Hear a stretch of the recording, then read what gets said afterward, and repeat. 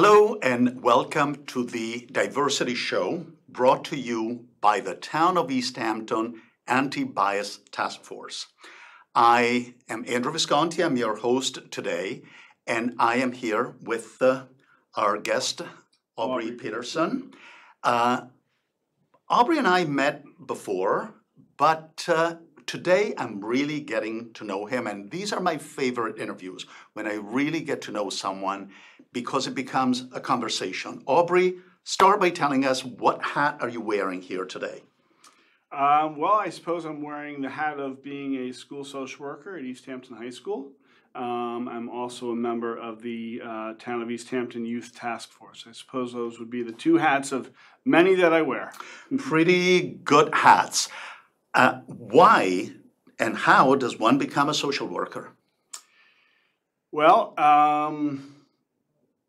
if you don't want to hear about my personal journey, basically, No, I want your journey. I think it's a calling. I think for me personally, I didn't realize I wanted to be a social worker until about the third year of being in college, maybe end of the second year.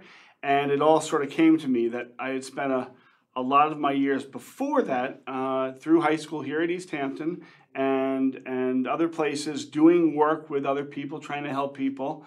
And as I started to take classes in college, I found that so much of what I was learning about was,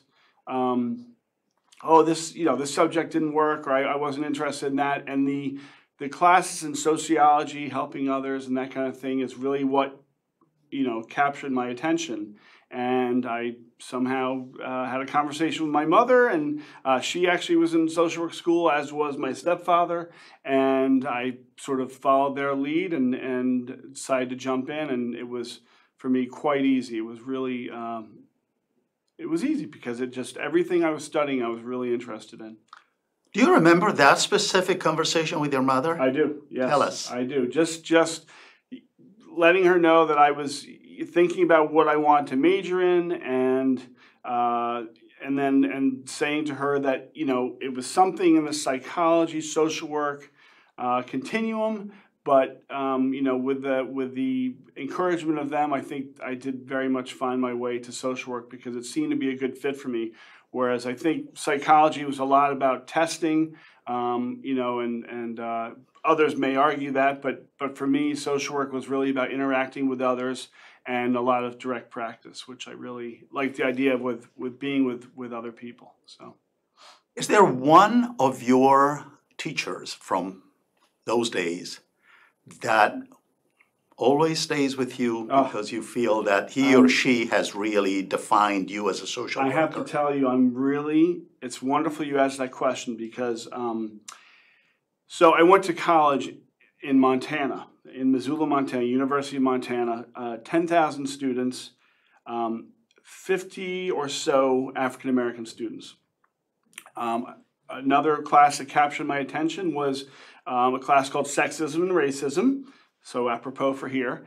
And I wound up taking the classes of Professor Ulysses Doss, who was someone who worked on the south side of Chicago, was very involved with the civil rights movement, and I wound up taking classes with him. Every class he offered, and I did also independent studies with him as well. And I actually went to write him the other day, and I said, he'd be pretty advanced age. I had kept in touch with him anyway. I wrote him, and I looked to write him. I said, I'll check to see if he's still with us, and sadly, he recently passed. But he's with me all the time. Another class I took with him was called Gandhi and King, The Ethics of Nonviolence.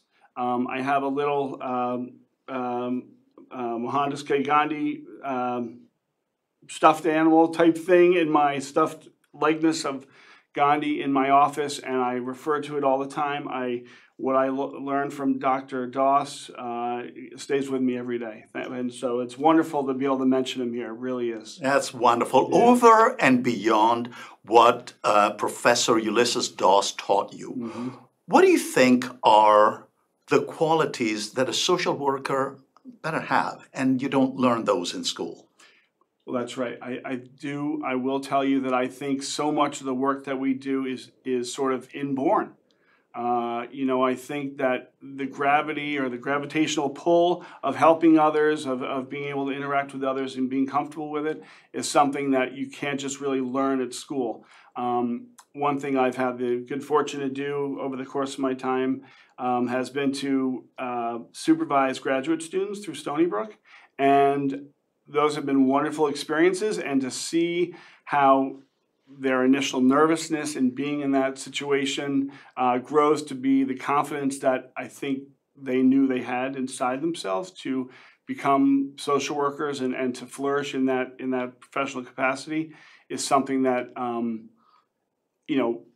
I think people realize at some point. So I really do think that it's one of those things where they they need to just, we realize that as we are going through our process, that it's something that it is just inborn, I think, and it comes hopefully second nature to those of us who do it. What do you suppose is a misunderstanding about the profession of a social worker? Well, actually, great question again. I would say that I think when people think of social workers, they think of the person who's coming to take their children away. And that is, I'll tell you a quick funny story, which is there was a children's book, and it happens to be that one of the characters was being sort of threatened with leaving home, and the person who was coming to take that character away, Lilo and Stitch, was a social worker. So my wife and I, my wife's also a social worker, we went and carefully crossed out the word social worker and put whatever it was, counselor or something like that. We had to change the name because certainly we didn't want our children to think that that's what we were doing. We're helping to break up families and the like. So, I think this notion that social workers are people who are looking to break up families or to cause undue stress to families is not what it is, of course, and that we are people who are working to do a diversity of different tasks in the name of helping people as much as we can. The profession of social work started actually, I think, also on the south side of Chicago, where I think generally speaking, wealthier women were going out into the poorer neighborhoods of town and being what they called friendly visitors and seeing how they could be helpful. And so I think that idea of being a friendly visitor is really important and staying with that. And I think of that a lot when I go on home visits and that kind of thing to be able to impart to the people I'm visiting that I'm here in goodwill, not to create havoc. What would you say are the basic tools in the hands of a social worker?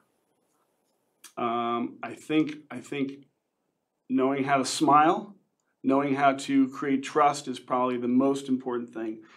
Sometimes that takes longer than other times, than for others. But a smile, knowing how to be connected with the resources in the community, I think is really important. I was very lucky that I actually began when I moved back to East Hampton. I did my internship, my first internship with the Town of East Hampton Department of Human Services, and it was wonderful because I had the opportunity to interact with so many different agencies. And so I think making those connections with as many people as possible, you never know what benefit's going to be later on. So that I think that having that warmth and approachability and learning to do everything you can to be connected to the community in any way you can is really important. How do you personally try to build trust? Well, I think it starts with a smile. I think sometimes humor works really well. I do believe that if we can make people feel at ease, and sometimes that requires humor, that is very beneficial. I have actually an office at the high school that doesn't look like an office. The lights that may look like this are rarely used, incandescent lighting. We have I have, music, there's background stuff, there's all sorts of things to look at. And I think, some of those tools about making people feel comfortable rather than being sort of sterile, I think is a great way to get people to feel comfortable. But even going on a home visit and being away from the office or what have you, I think it's really important to be able to speak a little Spanish. To even if every time a family comes in from another country, I try to at least learn a couple words to make them feel welcome. So I think language is one of those things, and I think both obviously unspoken language and nonverbal language. I'm sorry, nonverbal and spoken language are equally as important. Do you have any particular one story that comes to mind where trust was the key element, and it was a challenge, but hopefully a successful challenge in your career? How long have you been doing this? I've been in the schools between East Hampton and Spring School 26 years, and then another year with the town. So 26, 27 years. Mm-hmm. I'm sure that there is one story that will always stay with you. And I'm particularly interested on this element of trust, because I think it's a key word in our society, or I hope that it's a key word in our society. Trust, how to build trust. Mm-hmm. Thinking of a particular, I can't say that I can come up with something. It may come to me and I'll Oh, probably in a few minutes you will say, exactly, to go back to that question. Yeah, exactly. Okay, so you mentioned speaking Spanish or other languages.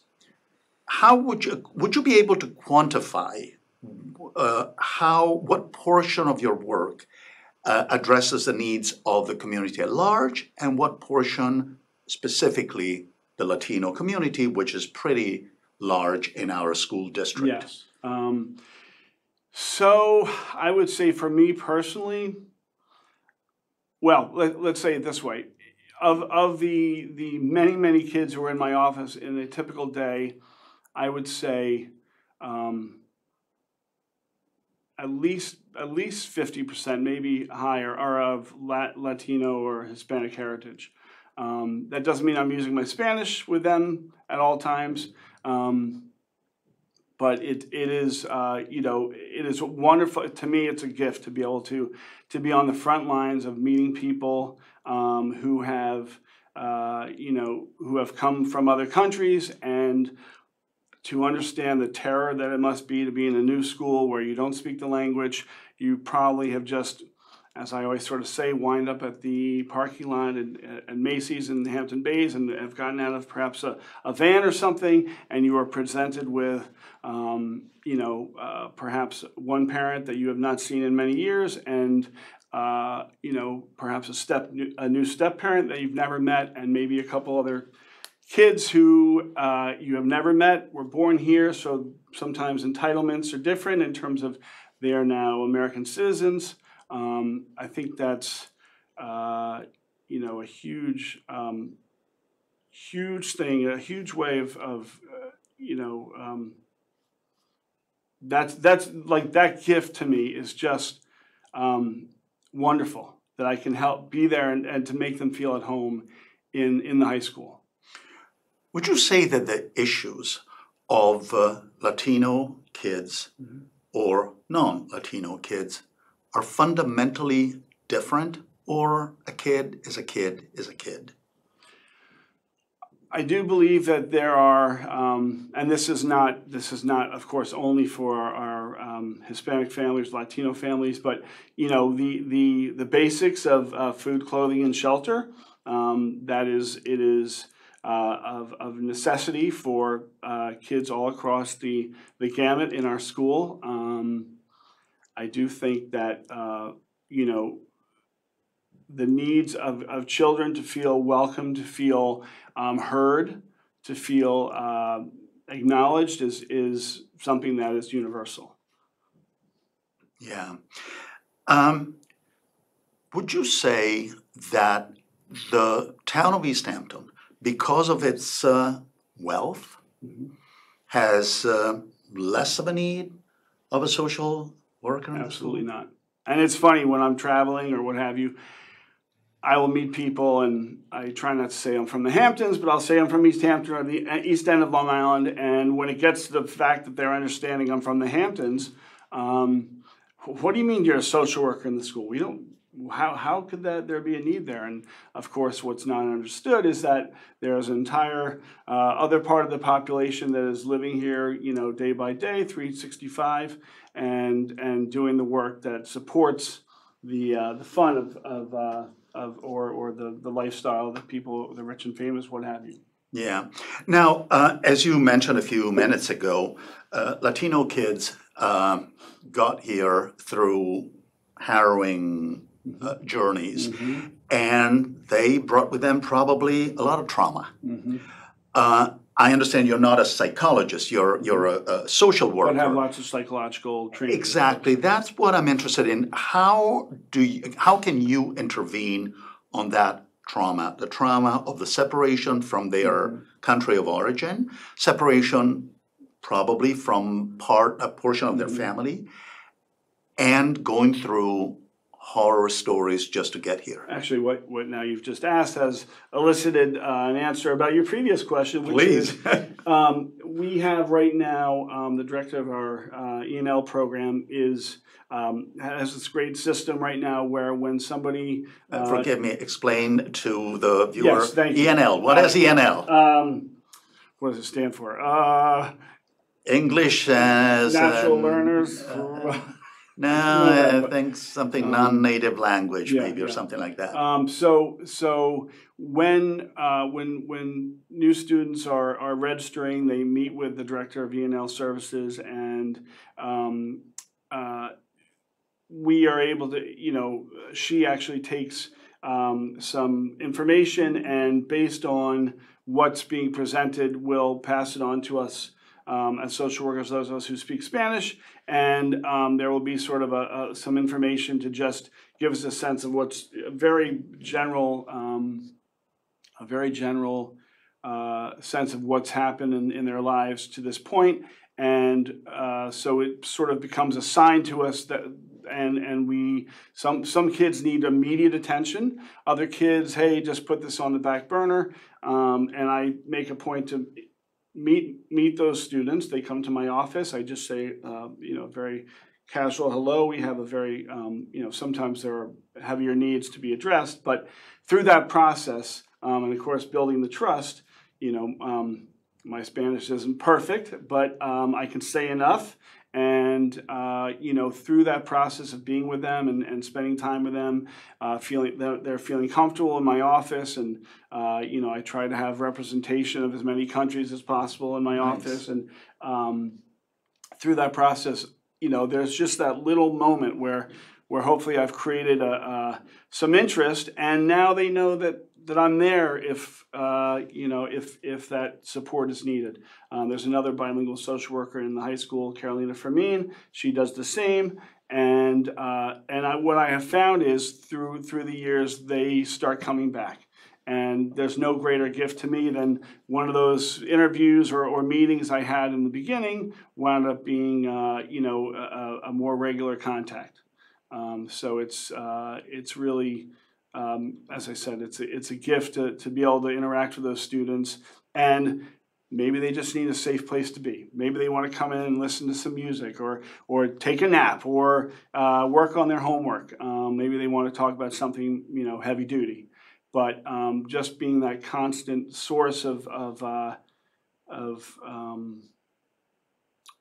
support and trust for them is what I'm providing. Right. And it can look any number of different ways. I mean, today I made a cup of noodles for a kid, and he was thrilled. Another, and the other kids, well, I want hot chocolate. Okay, well, I'll give you hot chocolate. And so any manner possible, I will find a way to make sure they know they're safe there, and they have me as a resource. As I always joke, if you need a pen, if you just want to listen to some music, if you need a private place to make a phone call, or what have you, there's a lot of things that are. That I'm offering. Everything and anything, basically.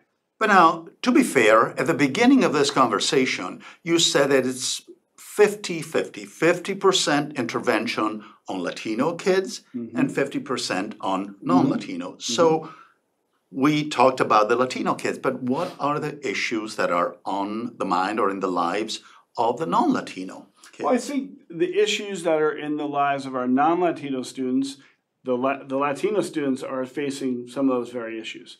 But in addition, of course, drugs and alcohol, those issues are, of course, paramount in terms of what we as a team address in the school, and looking at what they,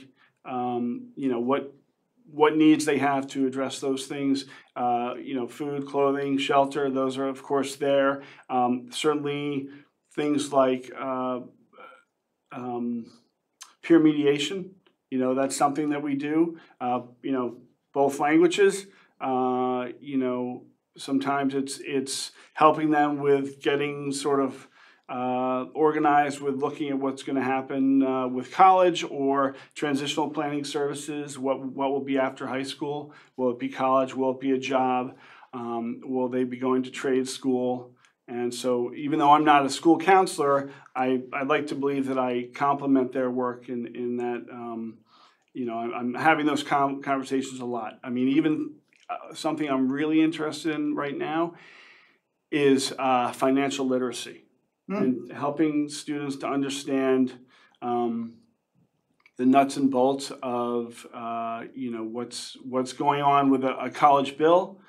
Saving for, paying rent, or for if they're lucky enough to buy a house, what it means to put money away and to, or maybe when you turn 18 to open up a credit card and have, start to build a credit score. So there's just so many things that I'm looking at on the daily that I'm looking to try and help kids. There's sort of a saying that for school social workers, and I suppose others in the profession, the psychologists, I like to say that we are there to help restore school functioning.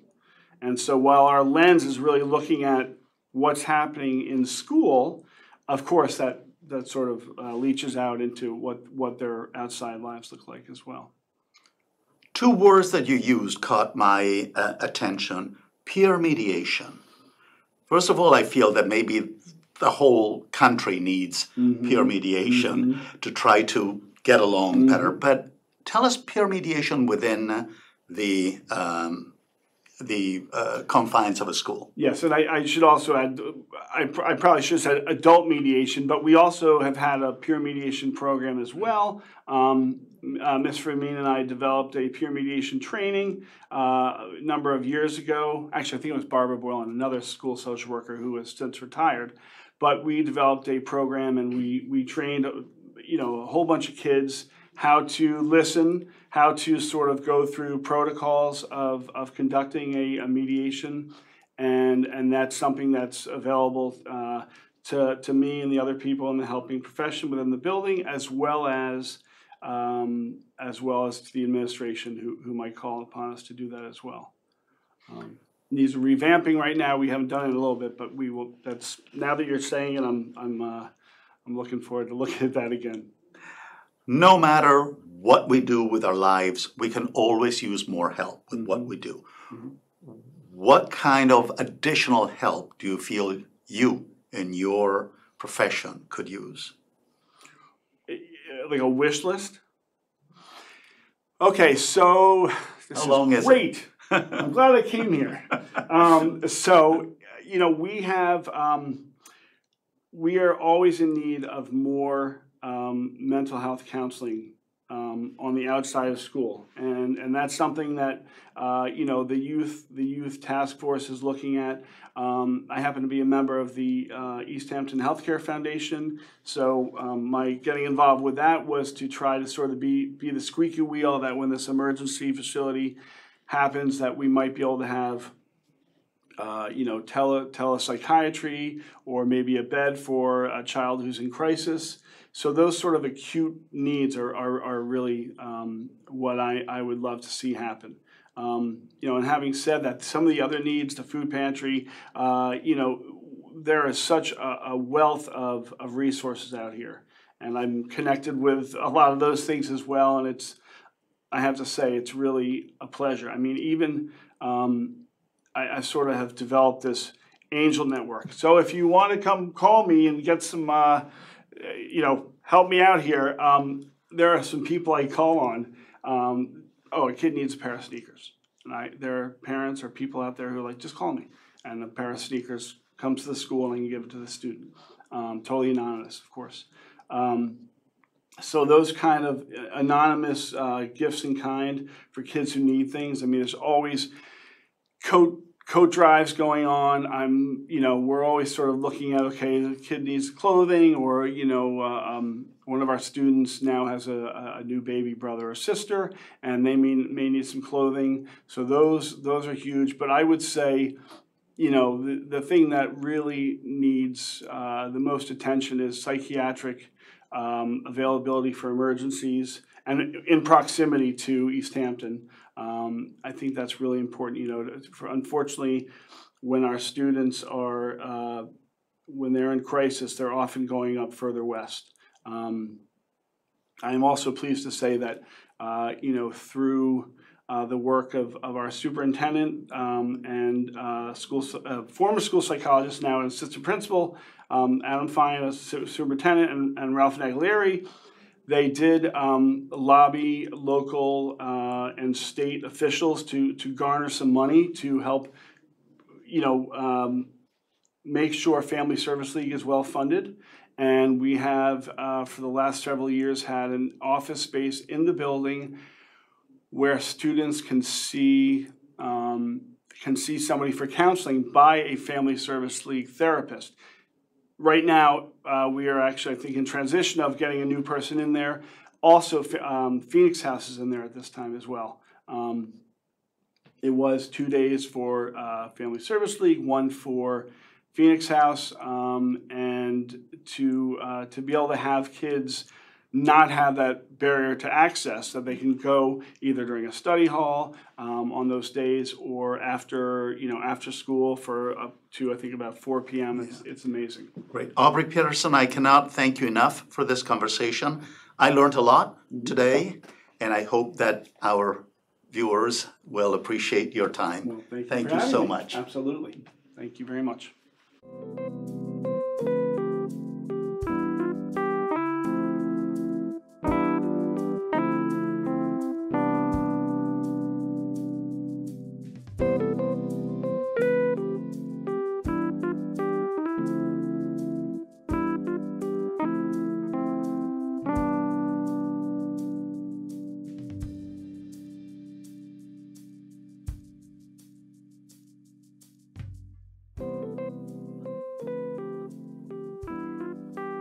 Easy, right?